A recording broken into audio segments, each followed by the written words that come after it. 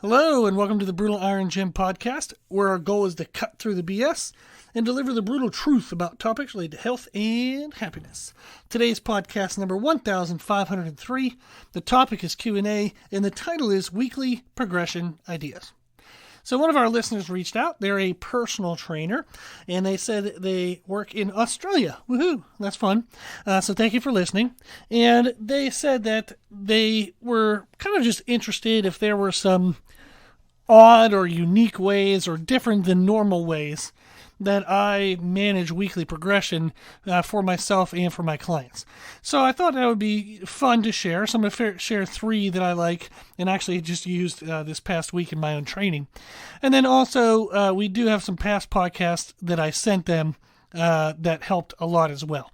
So the three ways that I just used this week. One of them is slow and go.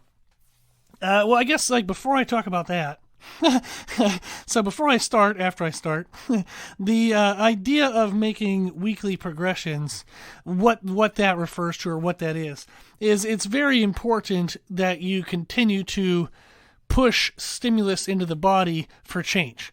The body has to feel that what you're doing in training is near its maximal abilities, so it continues the desire to increase its maximal abilities. So once you get used to something, your body doesn't change anymore because it doesn't need to. It can do it. So you have to force progressions, and that's typically adding weight, adding reps, adding volume in some way, intensity in some way, every time you work out. Now, it might not need to be like every single week. I have my clients aim for that, and we rotate our workouts every 4 weeks so they can continue to do so. We get our strongest change stimulus in weeks 3 and 4. But if you stay with something too long, you start to kind of break down your technique in order to try to force extra weight or extra reps. And typically it leads to some kind of chronic annoyance or just inefficient waste of time. Somebody's like, I felt like a little nuance of a better position in this one rep. And it's like, oh my gosh, you did 50 reps and you think you improved maybe the feel of one. That's not enough. So making progressions is extremely, extremely, extremely important because you need to continue to push the body to continue to adapt, to continue to change. We have podcast 1305. It's a training podcast titled What Matters More, Exercise Selection or Progression. That would be a great one to check out. You can find all of our podcasts on our website at www.brutalirongym.com. So that would be a good one to check out, so that way you have an idea of why in the world progressions are important and why we're fishing around to try to find ways to do it. So the first one that I want to share with you guys that I shared with that trainer is slow and go technique. So we've also talked about how when you perform an exercise, you want to create strain and challenge into the muscle. If you do something too perfect, it might not be heavy enough to actually strain the muscle. So I might be able to do the perfect bicep curl, but if I'm only using 5 pounds, that is not going to strain my muscle. But if I try to curl a 50-pound dumbbell, and it looks like crap, I'm using the front of my shoulder, I'm swinging my whole body to try to do it, then I'm not really isolating and working the bicep because so many other muscles are taking over. So there is this kind of range where if you go too perfect, you end up being too light. If you go too heavy, your technique is crap and you're no longer actually working the right muscle. To learn how to play within that range, one of the techniques I've used for clients is what I call slow and go. What this means is we're going to start the set, a single set of effort. Maybe we go for, say, 10 reps. And I'm like, I want you to go super crisp, perfect, clean, for as many reps as you can. But I purposely pick a weight that they can't do for all 10 reps like that. So in their warm-up, I might have them do 10 reps, see if it looks perfect. We talk about technique, da-da-da-da. Then I bump the weight up a little bit. I notice they start to strain to try to get all 10. And then I'm like, okay, so now we're going to do it. So I give them 2 sets to kind of practice it. We talk about the technique of that exercise, let alone the technique of slow and go. So then we get to a weight where I know they're not going to get all 10 super slow. And I'll say, okay, I want you to go as slow as you can, but if it feels like all of a sudden you can't go slow anymore, don't stop the set. See if you can do a couple reps, but a little bit quicker.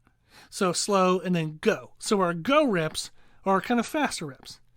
So maybe the slow ones, you count them, might be at the pace of like 1, 2, 3. And then you get to the go reps, maybe at the later end of the set, and it might be like 6, 7, 8, 9, 10. And then you die. But that's the idea, is you start super slow, and then instead of stopping the movement, when the slow speed fatigues, you try to just go a little faster, a little faster, a little faster.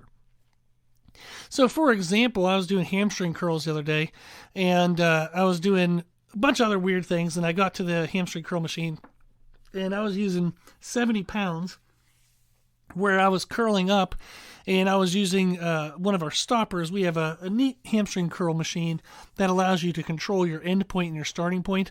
So I was coming up to the stopper, the end point stopper, and trying to, basically I would hit it, and it would prevent me from going any further, but I would contract super freaking hard and pull into the stopper. So it was like an isometric contraction. So it creates a really good muscle damage, and it's just a nice, fun, weird variation. So I was doing that for 70 pounds. And I noticed that for me, like I got 6 reps where I could come up, touch the stopper, and pull into the stopper for 2 counts. So I would hit the stop, like touch the stopper, then I'd pull, go 1, 2, and then I'd start to let down. And then I had to use 4 reps where I just kind of tapped the stopper. So it was 6 slow plus 4 go. My goal then would be next week is, can I get 7 slow and 3 go? So I still want to use the same weight, 70 pounds. I still want to go for 10 reps. But can I do more slow reps since they demonstrate a better muscular strength control over the weight? So I'd like to progress those. So I want to see if I can get more slow reps, and maybe it's 7 and 3, maybe the next week it's 8 and 2, then it's 9 and 1. That would be wonderful if it worked, but it doesn't. So eventually you'll find, okay, crap, I can't progress the slow, but maybe I can progress the go. So understanding the rep range that would be best for my goal. So if my goal is muscular growth, say maybe I'm aiming between 8 to 14 reps, and somewhere in there, depending on the speed you move and blah, blah, blah. But say 8 to 14 reps. So I might use 10 as my target. So I got 6 and 4. Maybe next week I can do 7 and 3. Then I try to beat that, and I'm like, crap, I only got 7 slow. Rather than only doing 3 go, maybe I'll see if I can do 4 or 5 go ones. I'm still going to end up within my range of 8 to 14 if I get 2 or 3 extra go reps, but that's at least some form of progression that pushed an added stimulus from the previous workout. So I added stress compared to the last workout. So you can add slow or you can add to the go, but you want to make sure you stay within the rep range that's correct for your goals. Now, to help understand that, we have podcast 214. Now, that's an old one long ago, so 1,200 podcasts ago, roughly. You can find that through our website, again, www.brutalirongym.com. But it's 214 is a training podcast titled Understanding Rep Ranges and Expected Results. So that way you know, okay, if I want strength, these are the rep ranges I should be at. If I want muscle mass, if I want muscular endurance, blah, blah, blah. So that's a really cool technique. Slow and go. One of my favorites. I use that all the time. I use it a lot when I'm at commercial gyms because you can just stay on the singular piece of equipment. You can't do a lot of supersets in commercial gyms. So I like the slow and go technique. Another one I like is I just call it additional peak sets. So I might have the person do, say, 3 working sets. They're going to do 2 sets where they stop 1 to 2 reps short of failure. So we call those RIR, reps in reserve. So I know that I would have had 1 or 2 more reps in reserve. I could have done 1 or 2 more if I wanted to. So I might do 2 sets with 1 to 2 RIR. The form is super crisp, everything's controlled, and I tell people it's like I'm videoing you, and I want you to show how freaking perfect and awesome you can do this exercise. So you're having everybody in the world is watching you, and you're trying to be absolutely perfect. So that way they get really good technique development. We stop 1 or 2 reps short of failure, so that way they don't push into ugly technique, and it gets them a volume, it gets them a stimulus. And then we have 1 peak set. The peak set is taken to good form failure. And if they get a little squirrely here or there, it's not the end of the world, So as long as their spine isn't twisting, as long as other muscles aren't, becoming the dominant mover, a little bit of rhythm, a little bit of movement's okay. So we'll do 2 kind of sub-maximal but still very challenging working sets. So 1 to 2 reps in reserve, 1 to 2 reps short of failure. Then we do 1 peak set that is to good form failure. Then what I would do the next week is I would try to push one of those RIR sets, those reps in reserve sets, closer to failure. So maybe I'll do the first RIR set with 2 reps in reserve. The next one, I want it to be like questionable. Maybe I would have had 1 more of decent technique.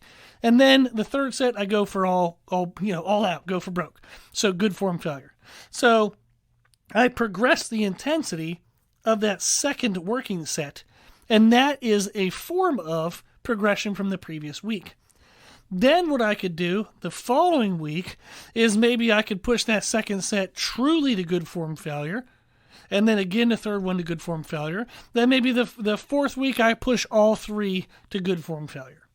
So just kind of playing around with the intensity of the working sets to add additional peak sets as you go through the progressions. So that's a really cool technique. The third technique I like to use, I just did it this past week, is a total rep count progression. So what I'll have is I'll say, okay, I want to move this weight, and I want to see in 3 sets, how many reps can I do? So I was doing some dumbbell chest presses. I haven't done dumbbell chest presses in a little while for various reasons, but I wanted to see, I was like, okay, I haven't done presses in a while. Let me see if I can throw the hundreds around. So I did well. I was very happy with myself. I wanted to see if I could get hundreds for 20 reps. Bummer, I only got 19. But it was 15-degree incline, which is my favorite way to do chest presses because it gets a little bit of a blend of the upper chest with the middle chest. So I was doing 15-degree incline chest presses. I got 19 with the hundreds. Then I took a break. I got 14, then 11 and 11. So I died pretty quick there. But what that did was that added up to 55 total reps. So I had 4 working sets because I wanted to see if I could get to 50. So I needed the 4th set to get to 50. But I got 19, 14, 11, 11. So that's 55 total reps. What I like to do is the first week I try this technique, the very first set, I go all out. I mean, absolutely go for broke, psyched up, try to crush the world, all out. And the reason why is then you will have a huge drop-off after that. You will incredibly muscular fatigue from there on out. So as you saw, it went 19, 14, 11, 11. So all went from 19 all the way down to 11. Well, what's fun then is the second week, you try to be more strategic. You're like, okay, well, if I go for broke on the first one, I'll wear myself out again. Can I hold back on the first one? Therefore, I can do a little better on the second, third, and fourth one, and then maybe I can add to my total rep count. So when I did it again, I got 15, 15, 15, 13. That added up to 58 reps. So week 1 was 55 reps, week 2 was 58. So it's pretty fun to kind of play around with that. Now, there's a lot of variations to total rep count progressions. I'll have done them blending in speed progressions and tempo progressions. So maybe the first working set, if I'm doing 3 working sets, maybe the first working set I do a 5-count eccentric. The second working set I do a 3-count eccentric. The last working set I go whatever eccentric speed that I feel like is good and controlled. So I go 5, 3, then let's just say 1. So then the next week, maybe I go 3, 1, 1. Then the third week, it's all just normal speed. So I've played around with tempo progressions that allows you to add more total repetitions. So that way your total rep count progression per week can actually increase over the speed of 4 weeks, the span of 4 weeks. So if you play with tempo progressions, you can actually blend that into this total rep count progression scheme. And that ends up being really a lot of fun. So those are 3 techniques I just used in my last workouts, and these are things I use with clients all of the time. Like I said, I really love like the slow and go in the additional peak sets. It gives us time to work on perfecting technique, a lot of really good educational moments rather than the person just going crazy and crushing things. But also, it's not all teaching and they never get to go crazy and crush things. So it's a nice blend. Then a total rep count progression I really like because it increases strength endurance, which is a very specific concept that people don't have if they don't train intensely and for a long time. If they don't have a long history of training, they'll be able to display strength kind of like once and they die off from there. And if you really push that total rep count progression, you really can push their strength endurance, which then lets you increase your total volume in training without spending more time in the gym. So you can actually get a lot greater results from the exact same amount of time because they're able to sustain heavier weights for longer throughout the workout. So really, really, really cool stuff. I love that stuff. So again, if you want to check out those resources, we talked about the progression resource was podcast 1305. We had the time under tension, kind of the rep range podcast was 214. And then we also have another podcast, 1281. It's a training podcast titled Programming Techniques for Increased Intensity. And we talk about other intensity techniques like rest pause, drop set, run the rack, and other fun things like that. Cool. Well, hopefully that was helpful. I do want to point out on our website, I have been putting up a lot more programming, a lot more content. We have our training templates. So since this was a question from a trainer, I want to talk to the trainers. And for anybody out there who wants to learn that, learn how to train themselves, we have training templates now on our website. And they are best for people who want to write their own programming and have a lot of variability in it, but have consistency to it. And that's also the benefit for personal trainers and personal training directors. You want to have consistency in the training for your clients, but you still want the ability to personalize each workout to each individual client. Our training templates. There is personalized exercise selection education, so that way you can learn how to pick the right exercises based on that person's ability, proximity of the equipment you want to use, the flow of the movements. It's just really cool education in there. We have workout execution education, talking about how to manage warm-up sets, select the right weights, how to manage weekly progressions like we're talking about right now, and a bunch more. We also have the template structure, which is basically a quick reference of how the workout should be structured, and then there's pages and pages and pages of how to explain what the workout structure means, how to personalize that. So I think our templates are like over 30 pages. It's a ton of information. It's almost like mini books. Then we have example workouts for beginners, intermediates, and advanced. There's actually 3 months worth of programming in there with specific exercises with tutorial videos and everything. And then you can kind of learn how to kind of break off from those and develop your own after that. But it's a good 3 full months of programming in there. We also talk about technique for squat, bench, deadlift, overhead press, how to stretch to manage muscular tightness, how to self-treat small aches and pains you might get along the way. And then nutrition education, how to set up your own nutrition program, whether that's for you or for your clients. So tons and tons and tons of good stuff. Right now we have a template for 30-minute workouts focused on fat loss and shaping. We have a 60-minute workouts for fat loss and shaping. Then we have our powerlifting template, which is over 50 pages, and it talks everything you will need to know from your first meet to an elite total, which I have done with several clients using all of this information. I'll soon be adding bodybuilding-based concepts, which is what I'm working on now, and I'll be adding more. So we also have a template request section on the website. So if you want to request a topic for a template, you're welcome to do that. And each of our templates has a podcast you can listen to that explains everything that's in the template before you would buy it. Awesome. Tons of stuff. I love it. I really am. I consider myself super duper blessed to be able to help people. I'm very grateful for everybody that sends in questions, sends in emails. I really, really, really appreciate it. Thank you so, so much. Okay, well, if you like our podcast, please consider sharing it. The more people we share it with, the more people we can help.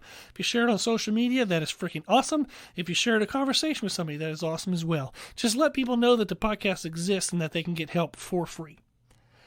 Thank you to those who donate to support the podcast. The podcast is well over $1,000 a year for hosting costs. So thank you to those who donate with small donations, whether it's one-time donations, monthly donations, yearly donations. You can do that at our website at www.brutalirongym.com. So thank you very much. Also, if you like the information we share in our podcast, you can find more from us on our social media channels on Instagram, Facebook, Twitter, and YouTube under the name Brutal Iron Gym.